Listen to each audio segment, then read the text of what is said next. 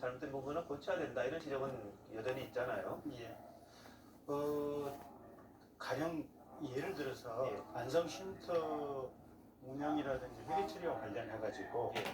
공동 모금회에서 회계 투명성 부분에 대해서는 F 학점을 줬지 않습니까? 그러면 그 F 학점을 줬다고 하는 것은 사실은 그 향후 2년간 공동 모금회를 통한 어떠한 기금 모금도 불가능한 상황이라는 거거든요. 예.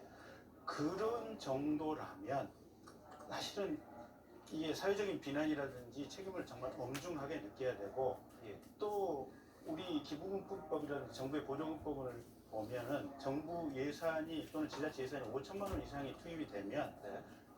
정보 공개의 청구가 있을 경우에는 여기에 반드시 응하도록 되어 있습니다. 네. 그래서 밖에 어떤 기관이나 국민 어떠한 사람이라도 여기에 대해서 쓴 내역을 개별적으로 영수증이라든지 세부 내역을 다 밝히라고 요구를 하면 예. 거기에 응해야 될 책무들이 있는 거거든요. 그래서 사실은 저런 내용보다도 밖에서 제기하는 의문사항에 대해서 세부적으로 하나하나씩 함께 이거를 검증하고 밝혀나가야 되겠다, 이런 자세로 응하는 것이 훨씬 더 아마 밝고 투명한 절차가 아닌가 싶습니다. 예. 지금 현재 수요 집회를 오늘 바라보는 많은 시민들의 이 눈길이 있었을 겁니다.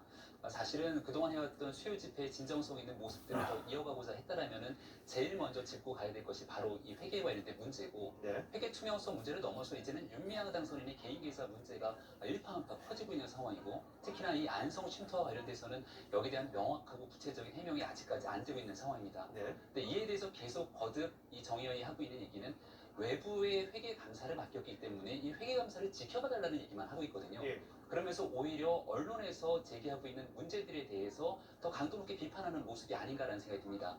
사실 조국 전 장관 사태도 마찬가지지만 이 정의연 같은 경우는 많은 우리 국민들이 내고 있는 시민들의 성금, 그리고 또 국민들이 내고 있는 세금을 통해서의 보조금을 바탕으로 또 운영되는 곳들이 있습니다.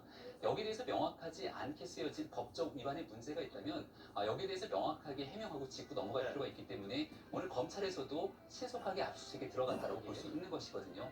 그동안 오랜 기간 해왔던 이 단체의 진정성 있는 활동들을 다시 한번 왜곡되지 않고 시민들에게 흡수하고 호소하고자 했다면 많은 국민들을 대표해서 언론이 문제 제기하고 여기에 대해서 밝히기를 원하고 있는 부분들을 먼저 밝혀야 되는데, 여전히 그런 물음에 대해서 묵묵부답으로 임하고 있는 모습들 때문에 오히려 이 문제는 훨씬 더 의혹이 커질 수밖에 없는 지점에 서 있다고 봅니다. 네.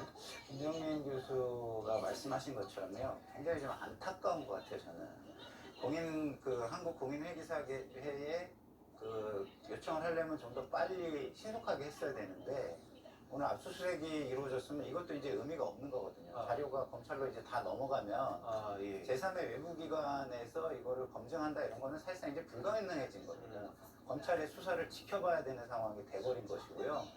그러면 이제 검찰에서는 공적 기구고 이게 수사하기 때문에 그거에 대한 결론을 공정하게 낼 수밖에 없을 텐데, 그 시민단체로서 제3의 기관과 함께 해가지고 스스로 자정의 모습을 보이는 이런 노력, 이런 것을 보여줄 수 있는 기회를 스스로 좀 놓쳤다, 이런 부분이 상당히 좀 안타깝다 이런 생각이 듭니다. 예.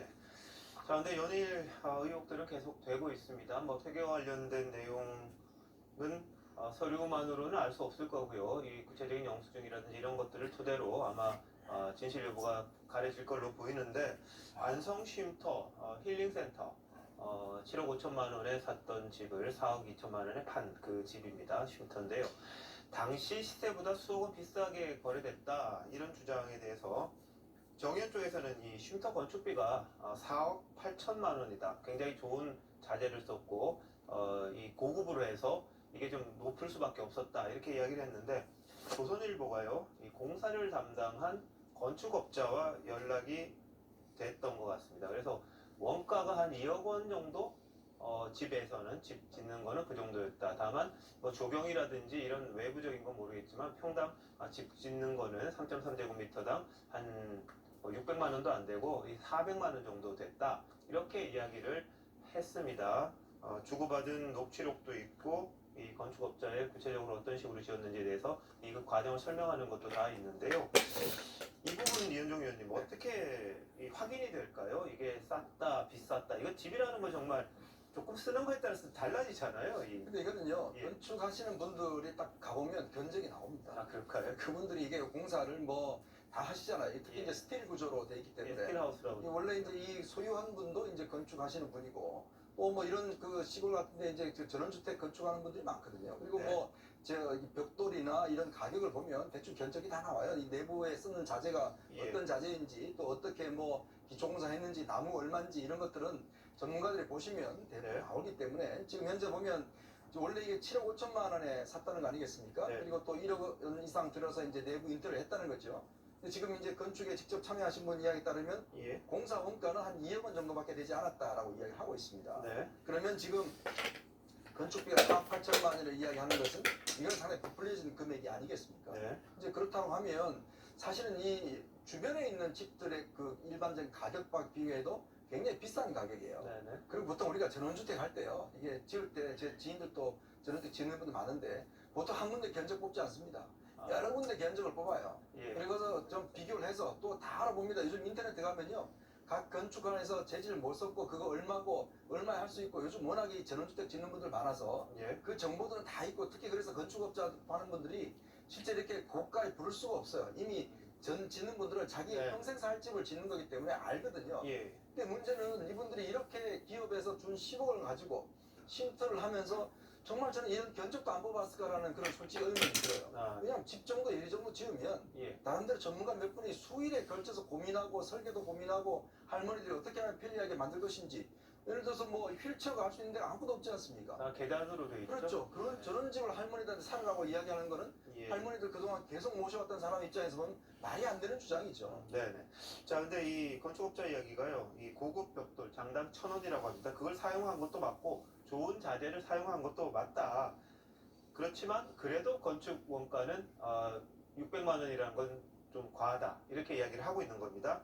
그래서 시세보다는 비싸게 산 게 맞는 것 같다. 자기는 그렇게 판단한다. 이렇게 이야기를 한 부분입니다. 이 부분에 대해서도 뭐 한번 짚어보면 내용이 나올 거로 보입니다. 그 주변 조경이라든지 뭐 연못도 있고 이런 것들 나중에 또 들어간 부분이 어떻게 됐는지는 또 따져보면 전체적인 액수가 나오겠습니다만 건축에 참여했다는 건축업자의 말은 시세보다는 좀 비싸게 구입한 게 맞는 것 같다 이렇게 지금 주장을 하고 있는 그런 상황입니다.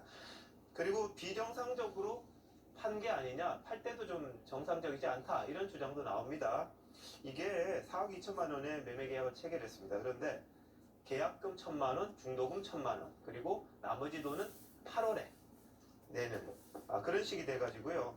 상당히 좀 많이 봐준 게 아니냐. 계약금도 한 10% 하면 4천만 원을 받아야 되는데 1,000만 원 하고 중도금까지 1,000만 원 한 게 좀 이례적이다 이런 이야기 나오는데 김혜민 교수님 이건 어떻게 보세요? 그러니까 통상적인 부동산 거래의 이 상식적인 기준과 많이 엇나가 있습니다. 예. 우리가 보통의 뭐 아파트를 비롯한 주택이나 이런 부동산 거래를 하게 되면 계약금의 10%, 그러니까 전체 금액의 10%를 계약금으로 걸지 않습니까? 네. 그리고 중간에 중도금을 제시하게 되는데 여기서 지금 4억이 넘게 거래가 되는데 실질적인 계약금을 그에 훨씬 못 미치는 금액이 좋기 때문에 그 중간에 무슨 과정들이 있지 않았는가라고 하는 석연치 않은 의혹을 제시할 수밖에 없는 상황입니다. 네. 그러니까 조금 전에 우리가 저 이 쉼터의 모습을 보면서 건축비 얘기를 잠깐 했는데요.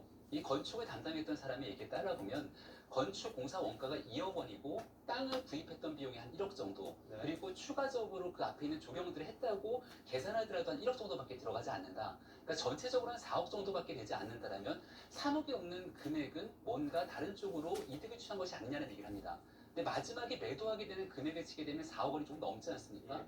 그러다 보니 이 정도에서 매도할 때 금액이 맞춰진 것이 아니냐는 얘기를 하게 되는데 파는 과정에서도 이렇게 계약이 우리의 통상적인 기준과 다른 상식적이지 않은 상태로 흘러가게 되고 인근 이 부동산 공인중개를 하시는 분들의 여러 인터뷰들이 실립니다만은 여기에서도 이렇게 사람들이 알지 못하는 상태로 이루어졌다는 점을 미뤄볼 때는 네. 과연 이 정의원에서 정상적인 절차와 과정을 통해 이 쉼터를 매입하고 매각하는 절차를 거쳤겠느냐라고 의구심을 제시할 수밖에 없고요. 예. 결과적으로 이 모든 문제는 마찬가지로 검찰의 조사 예. 수사를 통해서 밝혀질 수밖에 없는 상황으로 흐르는 것 같습니다. 예, 유명 당선인 같은 경우에 이제 1억 원을 더 들여서 내부 인테리어를 했다. 이 부분도 상당히 힘을 줬었습니다. 한번 들어보시죠. 고급으로 잘 지었다고 해서 팔았는데 거기다가 또 이런 거는 인테리어는 왜 더 하셨을까? 아, 그 딱 인테리어라기보다도요. 할머니들 방마다 텔레비전, 식탁장, 그리고 또 그곳이 숲속이기 때문에 예, 보일러로만 난방을 할 수가 없어요. 할머니들은 굉장히 뜨겁게 지내시기 때문에. 예. 그래서 벽난로를 설치한다라든가 또 그 외 여러 가지 물품을 구입하는 할머니들이 기분 좋게 하기 위해서 블라인드를 하나 하더라도 저희가 직접 다 가서 좀 고급으로 예. 하기도 그렇게 진행을 했습니다. 예, 이 할머니들 잘 지내시라고 고급으로 진행을 했다 이렇게 이야기했습니다. 그런데 이 구조에 대한 문제가 또 제기가 되고 있습니다. 이게 과연 할머니들이 접근하기가 좋은 구조로 집이 지어졌느냐, 내부라든지 뭐 들어간 입구라든지 그런 부분이 제기가 됐는데 어떻게 보세요, 김희성 기자? 네, 일단 내부 벽난로 옆에 계단이 보이는데 이제 사진이 왜곡될 가능성도 있지만 매우 높다, 가파르다, 매우 가파르다라는 지적이 나왔고 또 안에 그 이렇게 계단이나 복층 구조로 안에서 감싸는 그 철제 펜스가 좀 너무 좀 할머니들이 사용하기에는 맞지 않다. 그리고 좀 왜 계단이 저렇게 있느냐? 휠체어 입구는 왜 없느냐? 시멘트만 덮으면 되는데 뭐 이런 지적이 나오고 있습니다. 지금 보는 게 지금 들어가는 입구잖아요. 네. 근데 철제 펜스가 있긴 하네요. 근데 계단으로만 돼 있고 휠체어가 접근할 수는 없는 상황이다. 뭐 이렇게 보이는 거죠, 지금. 그렇죠. 우리 윤미향 당선인은 할머니들 기분 좋게 하기 위해서 블라인드 하나 하더라도 저희가 직접 다 가서 고급으로 진행을 했다고 하는데 할머니는 정작 자주 모시지 않아서 더 의문스럽죠.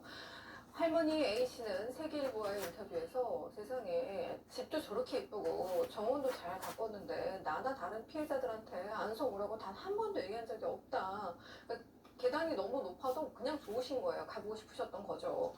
나를 이렇게 속였다는 걸 알았다. 분통이 터져서 밤에 잠도 못 자고 있다. 세상에 어떻게 저렇게 나쁜 사람이 있느냐. 저렇게 보여도 복층부도 이렇게 좀 보이죠. 할머니들에게 적합하지 않다는 지적이 나오는데 정말 그래도 너무 예쁜데 가보고 싶다라는 그런 뜻을 보였고 또 한 할머니는 조선일보와의 인터뷰에서 윤미향 전 대표에 대해서 도둑 X라고 했습니다.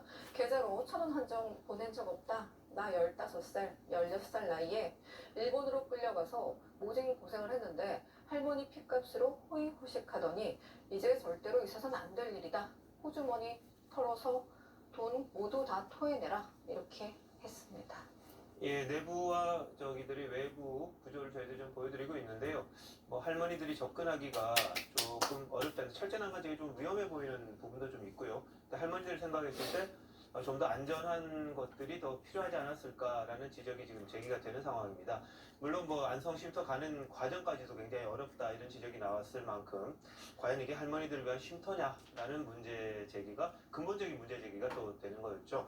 민주 의원님 어떻게 보셨어요, 저 부분들? 아까 좀 방금 김 기자께서 말씀하셨듯이 일단은 저 주택까지 접근 가능성이 너무 떨어져요. 시내버스에서 내려서도 1km 이상을 가셔야 되는데요. 이미 고령되신 분들께서 정말 안전하게 승용차를 모셔서 집 앞까지 가야만 그 집을 방문할 수가 있고요. 근데 그 상황이 개인적으로 다도 불가능하신 상황이었었고요. 일단 도착을 한다고 하더라도 그분들께서 계단 하나하나 오르는데 그 고령의 연세에서 얼마나 시간이 걸리는 줄 알았다면 저런 구조가 나올 수가 없죠. 근데 너무나 아무렇지도 않게 윤미향 당선자가 뻔뻔하다고까지 이제 댓글에 나오는데요. 그렇게 어르신들을 위해서 할머니들을 위해서 고급스럽게 했다라는 말을 하는 것 자체가 너무 국민 정서와 그리고 할머니들의 그 소망과는 동떨어진 발언이었다라고 생각을 합니다.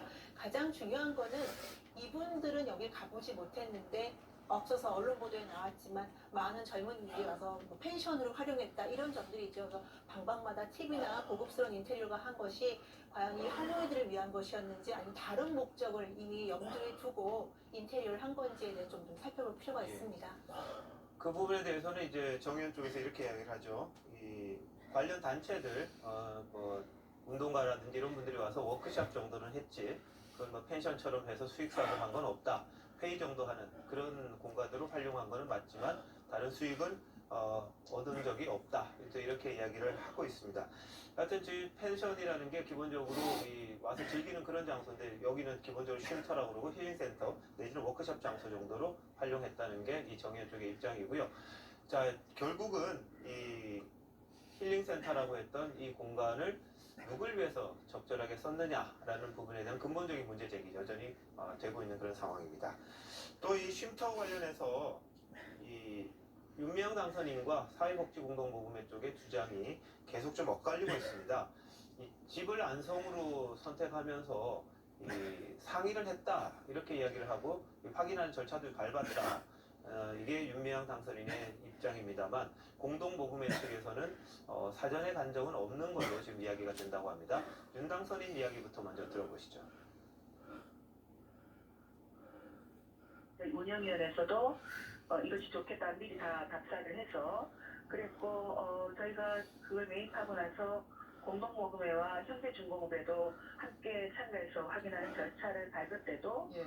그것에 대해서는 모두가 좋다, 마음에 들었다 라고 하는 그런 과정이 있었기 때문에 예, 근데 공동모금회 쪽에서는 사전에 이 확인하는 적이 없었다. 또 이렇게 이야기를 하고요. 개소식 전에는 가본 적이 없다. 이런 또 이야기를 합니다. 연종 의원님 이게 두 쪽에 양쪽의 증언이 또 엇갈리고 있거든요. 그러니까 이 좀 상황을 설명을 드리면 2011년도에 할머님들이 원래 연남동 쪽에 거주를 하고 계셨어요. 예. 근데 그쪽이 재개발이 되면서 당시 김복동 할머니가 현대중공업 측에 우리가 좀 거주할 때를 좀 했으면 좋겠다라는 이야기를 합니다. 근데 그때 이제 명성교회가 그러면 우리가 거기다 구입을 해서 사용권을 드릴 테니까 할머니들 거주하십시오라고 해서 당시 지상 2층 지하 1층짜리 단독주택을 14억에 구매를 해서 그 할머니만 사용권을 드립니다. 거기에 김복동 할머니 등 세 분의 할머니들이 기가고 계세요. 네. 자, 그 다음에 현대중공업 측에서 이쪽 정의연 쪽에 필요하다고 하니 그러면 이쪽 마포구에 필요한 그 집들을 사십시오 하고 10억 원을 기부를 합니다. 자, 그래서 이제 마포구 원래 그래서 현대중공업 측은 그러니까 일단 현대중공업 측은 이제 필요하다 그러니까 이제 기부를 하신 거예요. 그러면 이 주체는 누구겠습니까? 정의연이죠. 당연히 어디에 할지 뭐 할지 다 정의연이 결정하는 거고 거기서 모금회와 현대중공업은 그냥 기부하는 단체입니다. 잘 되고 있는지 임금 점검하는 단체예요. 자, 그런 상황에서 근데 원래는 이제 이 현대중공업에서 당시에 보도자를 낼 때도 마포구에 있는 이제 그 정의연 사무실 부근에 성미산 부근에 마련한다라는 걸 이제 해서 하는 겁니다. 근데 지금 윤미향 당선인은 아니 돈을 10억밖에 안 줘서 그 값이 비싸서 우리가 못 구했다고 이야기하지 않습니까? 근데 우리가 누차 말씀을 드렸듯이 당시에 주변에 거래된 집들을 보면 10억 이하짜리도 많았다는 거거든요. 자, 그럼에도 불구하고 왜 또 그리고 명성교회가 지어준 쉼터에 할머니들 세 분밖에 안 사시는데 왜 굳이 또 안성에 필요했냐는 것이죠. 근데 문제는 정의연 측에서는 이게 다 설명을 했고 그쪽에서 허락을 해서 했다고 이야기를 하지만 그러나 이 사업의 계획과 주체는 누구겠습니까? 정의연입니다. 네. 그러면 사회복지공동모금회 이런 데는 감시 감독 권한만 있는 거예요. 우리 돈이 제대로 쓰여지는지 이 감독만 있는 것이 어디로 가라. 이분들은 그렇게 이야기할 수 있는 권리가 또 알지도 못하죠. 예. 근데 지금 정의연 측에서는 우리가 저쪽에서 하라고 해서 다 했다 라고 책임을 지금 좀 떠넘기는 또 현대중공업 측도 좀 돈을 줘둬야 되는데 왜 10억밖에 안 주느냐 이런 투로 또 이야기를 하고 있어요. 예. 자, 그러니까 어떤 면에서 보면 지금 저는 책임 떠넘기라 보는데 이 사업의 주체는 정의연입니다. 예. 그럼 정의연 측이 다 알아보고 결정해서 통보를 하면 이쪽 기부금 준 데는 크게 문제가 없으면 허락하는 게 네. 당연한 거 아니겠습니까? 자, 지금 한경희 이사장 사무총장의 이야기가 나오는데요.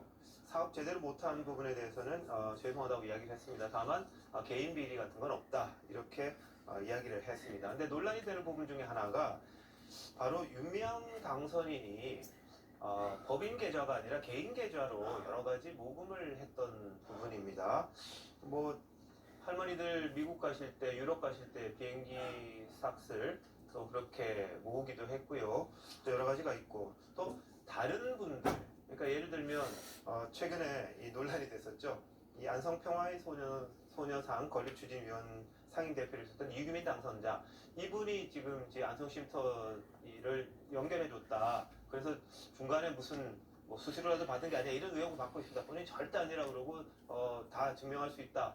그런 적 없다 이렇게 이야기를 하고 있으니까 그 부분에 대해서도 뭐 나중에 밝혀질 부분이 있을지 모르겠습니다만 어쨌든 이 이규민 당선인도 김복동 할머니 장례를 치를 때 윤미향 당선인의 계좌, 개인 계좌를 이 모금 창구로 게재를 하고 그랬습니다. 그리고 다른 분들도 민주당에 계시는 분들도 그렇고요. 이 사회운동을 하시는 분 문성근 씨도 윤미향 씨의 개인 계좌를 통해서 후원금들을 모으는 여러 가지 것들을 제안을 했던 그런 적이 있다고 합니다. 그래서 이 부분에 대해서 김경진 의원님 어떻습니까? 이 개인 계좌로 모으는 게 법적으로 안 되는 겁니까? 아니면 좀 도덕적으로 문제가 있는 겁니까? 어떤 겁니까? 일단 기부금 관련 법률을 보면 예. 1,000만 원을 넘어가는 경우에는 개인 계좌로 모금하는 것이 사실은 불법이죠. 예. 그러니까 해당 단체의 명의로 계좌를 개설해서 이게 해야 되고 또 뭐 관련 또 행정당국에 신고를 해야 되는데 네. 그런 절차들이 없었기 때문에 일단 대부분 1,000만 원이 넘는 모금들이니까요. 네. 일단 불법이라고 경조사도 해당이 됩니까? 그렇습니다. 아, 경조사도? 예, 예. 어떤 법이라고 봐야 돈을 되는데, 모으면은 예. 되는군요. 근데 이제 다만 이제 민주당 의원들이나 여기에 예. 이제 동료를 했던 뭐 SNS 지인들이나 이런 분들 같은 경우는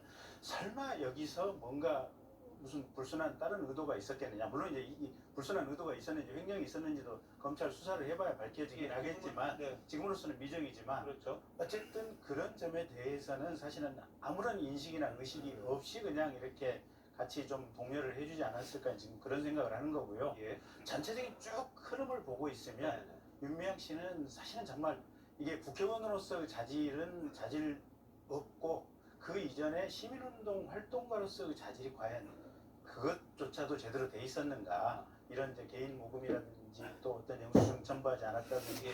이런 이 불투명성이나 이런 것들을 보면 그 점도 상당히 의심되는 대목들이죠. 야, 김 의원님 상당히 비판적으로 지금 이야기를 하시는 부분인데, 자, 김상현 평론가님 어떠세요? 저런 일들이 좀 시민운동, 사회단체 이런 데서 좀 일어나는 일입니까? 아니면 뭐 상당히 선의로 받아들이는 분들도 있더라고요.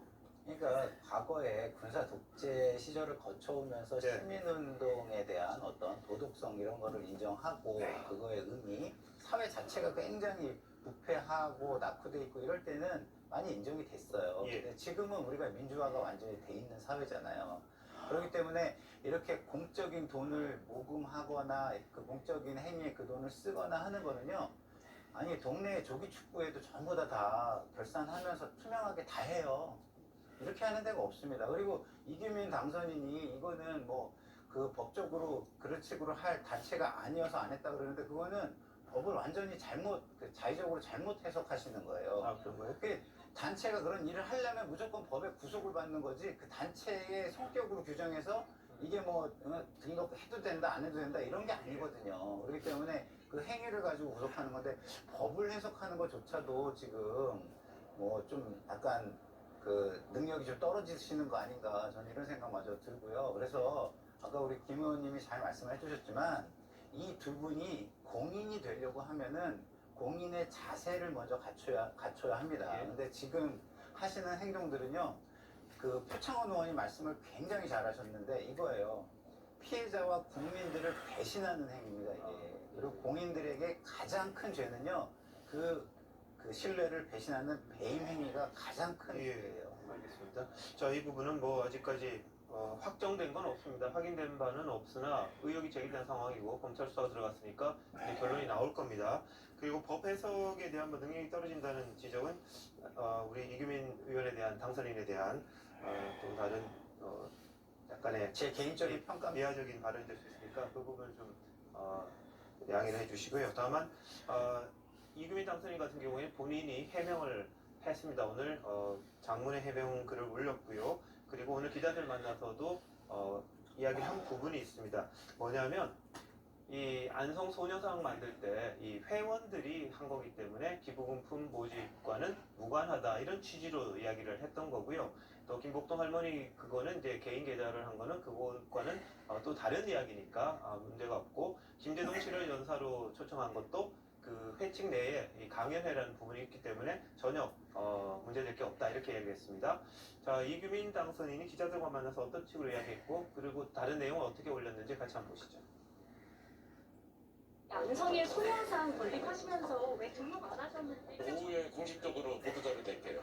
그 회칙 읽어보시면 소녀상 회칙에 읽어보시면 다 나와 있어요. 문제가 없다는 말씀. 예. 근데 시민단체에서는 이게 기부금품법 위반이라고 검찰에 고발까지 했는데 여기에 대해서 좀 해명 좀 해주시죠. 아니 전혀 문제 없으니까요. 안성시청 중개발사에서도 뭐 맞다고. 네, 문제는 없습니다. 근데 등록을 했었어야 되잖아요. 아니 등록 안 해도 됩니다. 저희가 회원단체이기 때문에 기본 모금 활동을 성공해요. 예, 후원단체이기 때문에 모금하고는 상관이 없다 이렇게 이야기를 했고요. 거리 모금도 납입 배지를 파는 거기 때문에 그것도 이제 실질적으로 돈을 모으는 건 아니다 이렇게 이야기를 하고 있는데 민현주 의원님은 이 부분 어떻게 보셨어요? 저도 이제 관련 법을 좀 더 자세하게 살펴봐야 되겠는데요. 예. 이 법과 조금 떨어져서 일반 국민들이 상식적으로 예. 생각하는 걸 좀 중심으로 보면은 김재동 씨에게 강연료로 1,500만 원을 지급하는 게 그 문제가 되고 있는 거예요. 정의연 관련해서 후원금도 유용하고 그다음에 그 이규민 당선자가 관련해서 이제 많은 역할을 했던 걸로도 나오고요. 이제 쉼터를 갖다 거래하는 과정에서든지 근데 이게 이제 법적으로도 지금 논란이 되고 있는데 이규민 당선자가 얘기하는 거는 김재동 씨에게 1,500만 원이라는 그런 거금을 갖다 굳이 그렇게 무리를 해서까지 모아서 그 강연을 했어야 되느냐라는 문제에 대해서 뭐 아무 문제 없다, 법적으로 문제 없다. 예. 아직 이제 논란이 안 되고 아직 뭐 법적으로 살펴봐야 되지만요. 예. 이렇게 해명하는 걸로는 사실 국민에게 설득력이 없다고 생각을 합니다. 네. 그러니까 왜 이렇게까지 해서 그 안성 역사 관련해서 청소년들에게 이제 강연이 중요했다라고 얘기하지만 그 강연이 꼭 그렇게까지 고액의 출연료, 고액의 강연료를 통해서까지 그 마련을 했어야 되는지 무리해서 마련했어야 되는지에 대한 이규민 당선자의 해명은 국민들에게 납득이 되기엔 좀 부족하지 않나라는 네. 생각이 듭니다. 자, 김재동 씨 같은 경우에 강연료 1,500만 원을 받았고요. 그중 300만 원을 다시 안성 평화의 소녀상 건립 분담금으로 냈다 이렇게 오늘 이규민 당선인이 또 밝혔습니다. 지금 이제 윤미향 당선인의 그 개인 계좌에 대해서 잠깐 좀 말씀을 드리면 현재까지 파악된 걸로는 윤미향 당선인이 4개 은행의 계좌가 있습니다. 여기에서 한 10건 정도를 개인적으로 모집을 했어요. 모금을 했습니다. 주로 이제 뭐 할머니들 외국 가실 때, 그 다음에 베트남 사업할 때 등록을 했는데 문제는 베트남 사업 관련해서는 이게 모금한 금액이 당시 한 1,700만 원 정도 돼요. 네네. 근데 베트남에 지원한 돈은 1,200만 원입니다. 예. 그럼 나머지 차액 500만 원이 어디 갔는지 없는 것이고요. 또 하나는 뭐냐면 이번에 아마 이제 국회의원 후보 등록을 하시면서 예. 본인의 재산 등록을 합니다. 네. 그러면 집과 뭐 예금, 통장 다 등록을 하는데 예. 현금이 3억 원 정도 이상 있다고 신고를 하셨어요. 은행 통장에 있는 그렇죠. 통장에 있는 은행에 하시니까 저는 아마 오늘 검찰이 이제 압수를 하면 뭐 정의기억 연대뿐만 아니라 아마 윤미향 당선인 개인에 대한 압수액도 뭐 곧 할 걸로 예상이 됩니다. 예. 이건 뭐 저는 쉽게 나올 걸로 봅니다. 네. 우리가 뭐 이렇게 많은 의혹을 제기하지만 그 거래 내용만 쭉 보면 과연 그러면 실제로 그쪽에 들어온 모금 금액이 과연 그럼 할머니들이 어떻게 출금이 됐는지 예. 사용이 됐는지 아니면 그 돈이 그냥 그대로 있는 것인지 네. 이런 부분에 대해서는 뭐 저는 뭐 금방 나올 것 같으니까 이건 아마 좀 지켜보면 될 것 같습니다. 알겠습니다. 정의연과 관련해서도 그렇고요. 이 윤미향 당선인 같은 경우에 예전에도 이 할머니들이 왜 나 돈 안 줘? 뭐 이런 항의가 있어서 본인이 직접 옛날에 영수증 다 찾아가지고 확인도 하고 그래서 예전 걸 다 모아놨다 이렇게 이야기한 적이 있었거든요. 그렇기 때문에 이 부분을 아마 소명하기가 저는 어렵지 않을 것 같다 이런 생각도 듭니다. 예전에도 이용수 할머니가 왜 피해자들에게 도움을 안 주냐 그랬더니 90년대 영수증 바로 제시했던 적이 있었지 않습니까? 그것처럼 아마 근거들 다 갖고 계실 것 같으니까 빠른 시일 내에 또 해결이 될 수도 있을 것 같다는 그런 생각도 듭니다. 제가 아까 기부금품법에 대해서 예. 말씀을 드린 거는요, 이런 거예요. 기부금품을 모은다는 거는 그 모으기 위해서 이런 법적 절차를 밟아라라고 규율을 해놓은 것이지, 그게 예를 들어서 우리는 그게 아닌 집단이니까 그걸 해당하지 않아 이렇게 얘기할 수 없다는 걸 제가 말씀드린 거예요. 예. 그래서 예를 들어서 그 집단이 자기네 회비를 모은다든가 뭐 이렇게 특정한 거는 네, 그런 그거에 의미로 지금 규율을 안 말씀하신 것 받지만 같아요. 예, 네. 그렇죠. 그래서 저는 그 외의 행위는 예. 사실상 그 행위를 하기 위해서 그 모집자나 이런 걸 등록하는 법적 행위를 해야 되는데 네네. 그걸 안 했다는 것 자체가 문제다. 예. 저는 그 말씀을 지적드리고 알겠습니다. 지금 김찬호 평론가님 말씀하신 부분이 이제 이규민 당선인의 말과 이제 다른 그렇죠. 차원이죠. 뭐냐면 법 취지 이규민- 자체가 다르다는 걸 예, 이규민 당선인 같은 경우에 이제 회원제로 해서 아마 회비 납부한 걸로 가지고 소녀상을 만들었다 이런 취지로 이야기하는 건데 대국민 모금을 직접적으로 돈을 거리에서 걷는다든지 그런 걸 하지 않은 걸로 지금 이야기를 하고 있기 때문에 기부금품 모집과는 무관하다 이렇게 지금 이야기를 하는 회비, 거거든요. 그다음에 예. 운영비, 예. 그다음에 회원들을 위한 공동이익 네. 이거는 거기에 해당하지 않아요. 맞아요. 예. 근데 제3의 일을 위해서 기부를 하거나 모금을 하면 네. 그 등록을 법적 절차를 밟아야 되는 거예요. 알겠습니다. 이 부분도 한번 뭐 따져보도록 하죠. 자, 네. 어제 국회 행정안전위 전체회의가 있었습니다. 여기서는 정연 회계부정 의혹에 대해서 여야 의원들의 질의가 있었습니다. 한번 보시죠. 현금으로 법인 자체가 과다하게 보유하고 있는 것은 이건 정상적인 기부법인의 사업 행태가 아닙니다. 그렇지 않습니까? 네, 목적 사업에 쓰는 것이 원칙이겠죠. 그렇죠. 행안부에서는 전혀 방치하고 있었던 거죠.